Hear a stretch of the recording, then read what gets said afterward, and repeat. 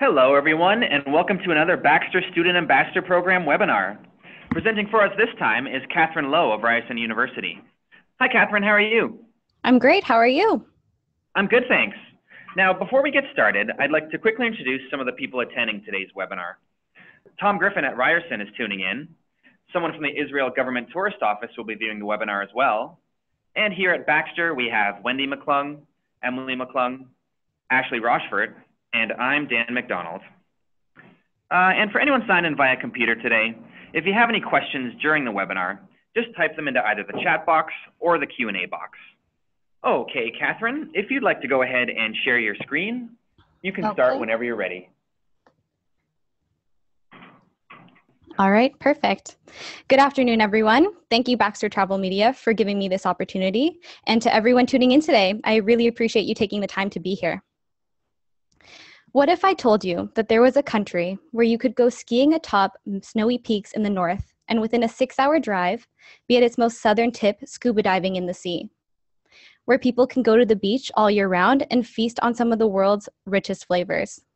That this innovational country has the highest proportion of startups in the world and has introduced the world to advancements like USB flash drives and cherry tomatoes. That this country is one of the youngest in the world, but holds the world's oldest cities. What could this place be? Today I'm going to be talking to you about Israel and how you, as travel agents, can sell this beautiful destination to your clients. My goal for today is to make you as excited to sell Israel as I am to be talking about it. So the main question I want to answer is, how is the land of creation your client's next destination? Our agenda will begin with some background information about Israel, then move to talk about Israel from a tourist point of view, where we will cover travel details. This will be followed by taking a look at the tourism market and current trends, then discussing the benefits of selling Israel for travel agents. And finally, we will conclude and have a Q&A. Ready? Let's get to it.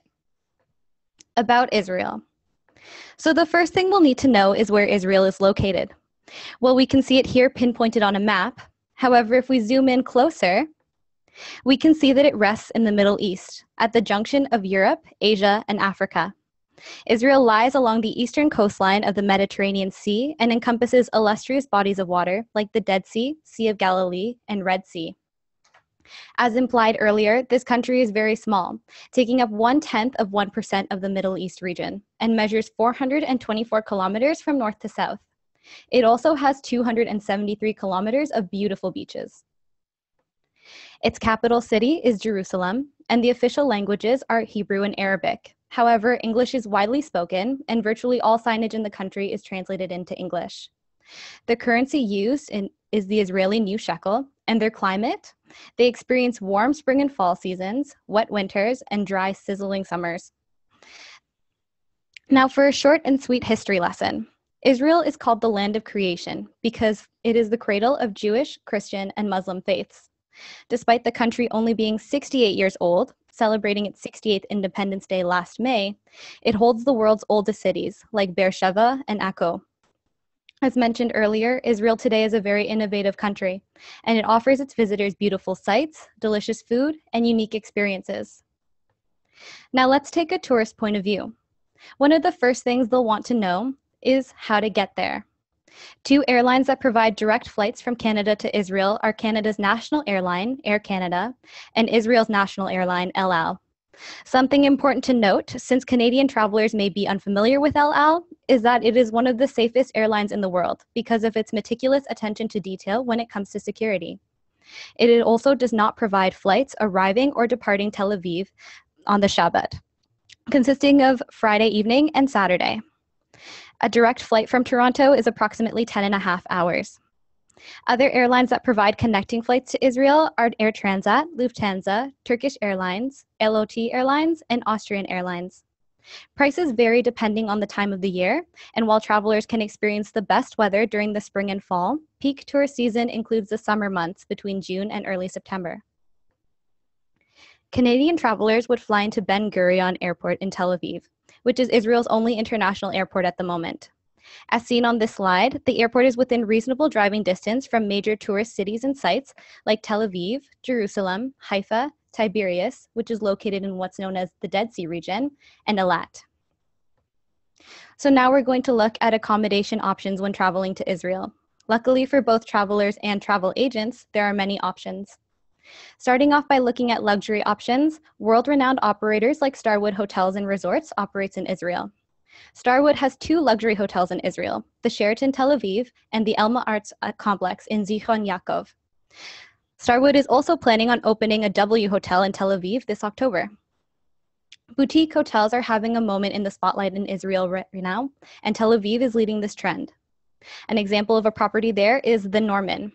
Another great example of a boutique hotel is the Bay Club Haifa Hotel by Atlas Group. There are also chain and independent options for mid-level hotels, a couple examples of which are the Prima Park Hotel in Jerusalem and the Israel Riviera Club in Tel Aviv. I have also included an example of a resort because they are widely available given Israel's beaches. The one pictured in the top right is the David Dead Sea Resort and Spa, and as the name indicates, it is located in the Dead Sea region. For travelers on a budget or people looking for accommodation with a more community feel, there are hostels. The Abraham Hostel in Jerusalem was actually noted by the State of Israel as one of the best hostels in the world. Other examples from other cities are the Abrava Hostel in Eilat and the Milk and Honey Hostel in Tel Aviv.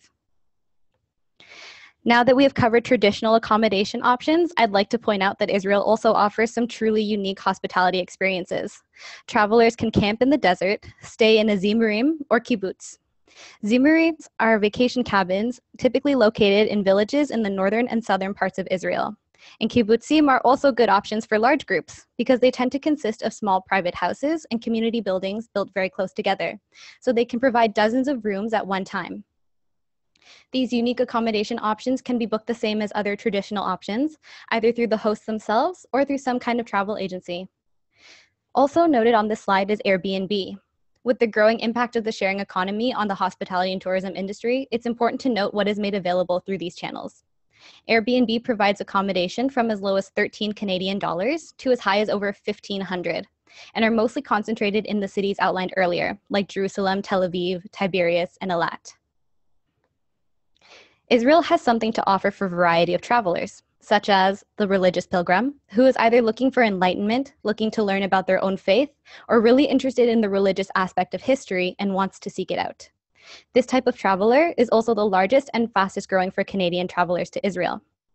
The authentic experiencer, who enjoys being fully immersed in the beauty of nature and cultural environments. The cultural explorer, who seeks to discover new cultures, people, and settings by being an active participant in these new experiences. The nature lover, who believes in traveling sustainably and loves to spend time being in the beauty of the outdoors. The free spirit, whose energetic attitude accompanies their yearning for exciting and exotic thrills. And niche markets. Israel is very LGBT friendly, and so it would make a very welcoming and authentic experience for this group. And also traveling foodies are on the rise, as 88% of respondents to a UNWTO survey stated that they consider gastronomy a defining element of a travel destination. And lucky for them, Israel has lots of delicious food to offer. Next, I will be taking you through some major cities and sites of Israel, and though they are great for all these types of travelers, I will be outlining which 3 traveler types they may be especially appealing to. Jerusalem, the heart of the Holy Land. This city is filled to the brim with breathtaking historical religious sites. Visitors are able to take a trip through time and awe at the vibrant Dome of the Rock on Temple Mount, then take a short stroll over to the Western Wall, the holiest site in the Jewish faith, and witness crowds of prayer that take place there. Visitors can wander through Old City and shop in its traditional markets, and even ride an elephant in the biblical zoo.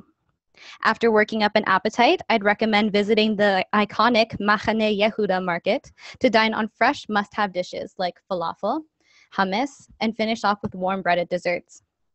Visitors can also be interested in visiting during Jerusalem's Lights Festival, which takes place in July.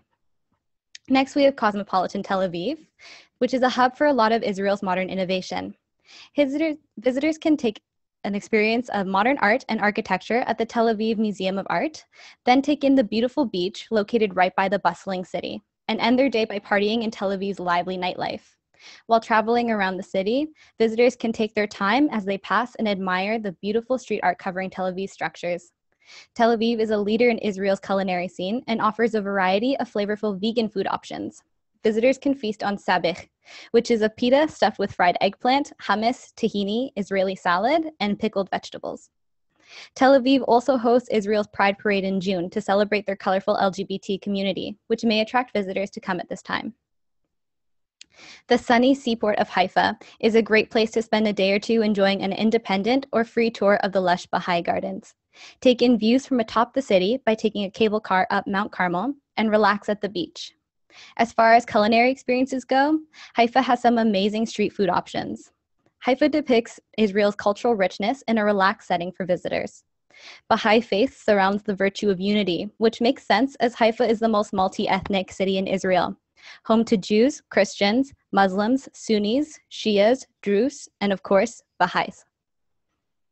Eilat is located in the beautiful south of Israel, where visitors can enjoy the hot beaches and beautiful waters of the Red Sea. It is a great place to take part in water activities like windsurfing and scuba diving. Or visitors can take a trip 25 kilometers north to visit the Timna Park in the Negev Desert. Eilat is also a great place to swim with dolphins because they're kept in their natural environment and the sea creatures are treated with the utmost respect, which is something our nature lovers will especially appreciate.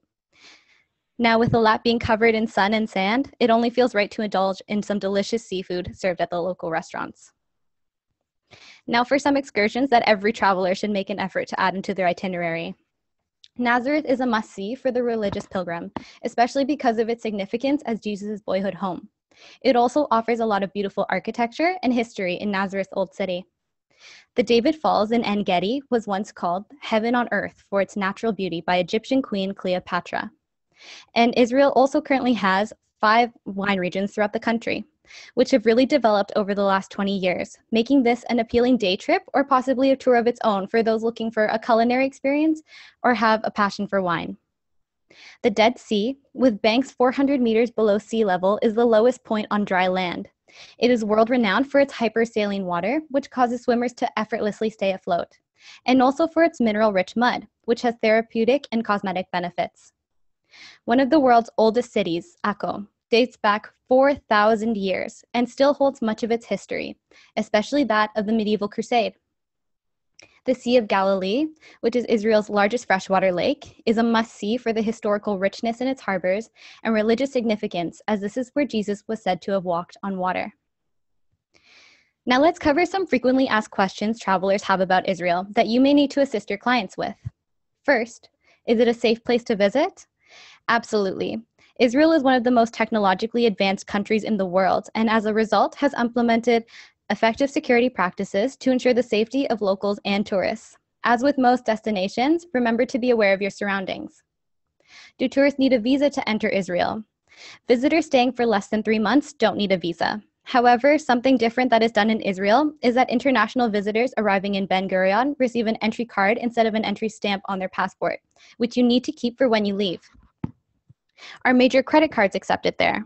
Yes. Typical tourist purchases, like hotels and restaurants, can and should be made with credit cards. ATMs are also available to withdraw shekels. Fourth, how should visitors get around? Israel has a multitude of public and private transportation options. Whether you want to take a taxi, bus, high-speed train, shuttle, or rental car, these services are made available. These are also some resources that you and your clients can utilize to get additional information about Israel before your trip. There is an Israeli government tourist office conveniently located in downtown Toronto at 180 Bloor Street West. Go Israel, a branch of the Israeli Ministry of Tourism, also provides tourist information 24/7 at this listed number and on their website. While they are on their trip, it may also be useful to provide your client with the location of the Canadian Embassy in Israel in case something should occur, such as lost documentation or an emergency. They are located at 3 Nurim Street in Tel Aviv. Now moving on to the tourism market. First, let's take a look at where Israel's visitors come from. As you can see from this pie chart depicting the origin of Israeli visitors during 2016, North Americans are the second largest market, falling only behind Europe, which makes a lot of sense given Europe's close proximity to the country. Though a large chunk of North American visitors come from the United States, We can see here that there has been a significant growth in Canadian tourists, with a 10% increase in 2016 alone. There has been an overall growth of 3.6% in the number of tourists visiting Israel, and it's also important to note that Israel has a high percentage of repeat visitors, which also means the opportunity for repeat business for travel agents. Another significant thing to note is that Israel's Ministry of Tourism has recently experienced an increase in their marketing and sales dollars. So they have been able to launch a series of strategic marketing campaigns with new partners to attract more visitors. A couple examples are the Two Cities, One Break campaign, which was launched in Europe last summer, and the Jerusalem's Online International Photo Challenge in partnership with Guru Shots, which was just closed its entries last month.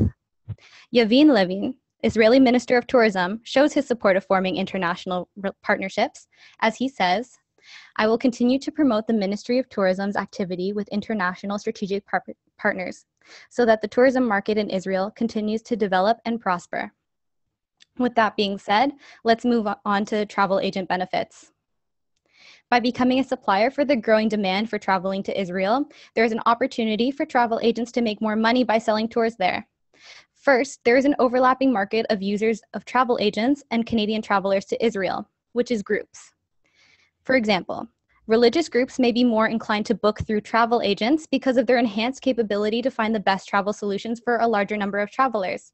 This is also an appealing market because if people are traveling in groups, it means that there are more clients and more dollars being made in a single sale. Second, there is an opportunity for higher commission by selling tours of Israel, since typically tour operators pay 10 to 16% commission to travel agents, opposed to the typical 10% from other suppliers. Third, there's the opportunity to partner with organizations like the Israeli Ministry of Tourism, tour operators, airlines, and hospitality organizations. Tour operators such as Colette, On the Go Tours, Intrepid, and Trafalgar are a few operators that sell in Canada and provide Israel tours that target the types of travelers I mentioned earlier. Airlines are also an important potential partner, considering that Air Canada will be launching a new schedule of flights this summer, making Israel more accessible. There will be an increase of flights between Toronto and Tel Aviv, and a new Airbus will be serving seasonally between Montreal and Tel Aviv. There's also the potential of partnering with hospitality organizations. For example, Israel Hotel Group was just here in Toronto last month to discuss the opportunities of Canadian markets with travel agents. There's also the opportunity for travel agents to foster partnerships with Canadian and Israeli businesses, as it is a hub for innovation in entrepreneurship, technology, and agriculture. This is something that may interest organizations that specialize in these fields here, such as Ryerson's own DMZ, which is Canada's top incubator for businesses. With proper marketing, travel agents could provide their groups with the opportunity to go to Israel to see how they can progress their startups through partnerships. Other benefits include that there's lots of opportunity to sell Israel as a destination for clients. As stated earlier, it is a repeat destination and there is growing demand in Canada. Plus, its climate allows for it to be a destination almost all year round. There are also dynamic offerings for various types of travelers, whether someone is traveling for religious reasons or simply for the beaches and culinary scene, alone or with a group of 100, upscale or budget, Israel has something for everyone. Which also leads into my last point, that it can be sold as a standalone destination where visitors may want to spend a week to a month in Israel, or as a package add-on, where they may want to stop for a couple days to a week as a part of a multi-destination tour. This means that there's the opportunity for you to allow clients to customize their travel experience by simply adding it to other packages that you are already currently selling, such as a Mediterranean tour, or it is also commonly paired with destinations like Jordan and Egypt. Now let's go back to our root question. How is the land of creation your client's next destination? Well, to sum it up, there's something for everyone. There are not only plenty of options for travelers, but there are plenty of options for travel agents to sell it and sell it well. By giving your clients the option of Israel, you are not only selling them a vacation, you are providing them with the experience of a lifetime. Thank you again for listening, and I hope you enjoyed this presentation. Now I'd like to open it up for any questions. Thank you very much, Katherine. Thank you. So once again, for anyone signed in by computer, please submit any questions you may have to either the chat box or the Q&A box, and I'll see your submitted question and can read it out to Katherine.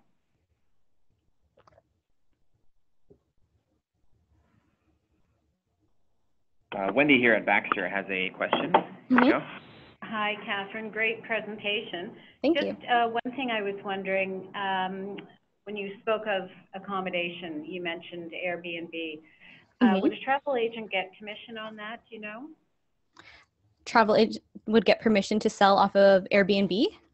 Commission. Oh, I don't believe so. I only really listed it as something that travel agents should be aware of, not really as an actual source that they could sell off of. Right. Yeah. Thank you.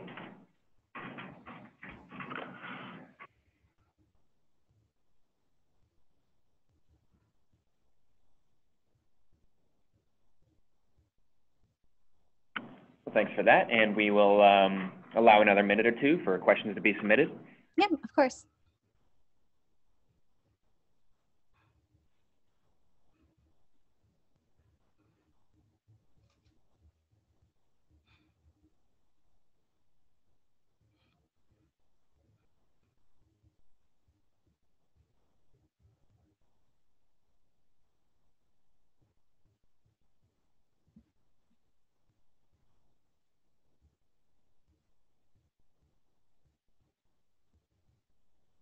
So I think that's about it for questions. Thanks very much, Catherine. That was very thorough.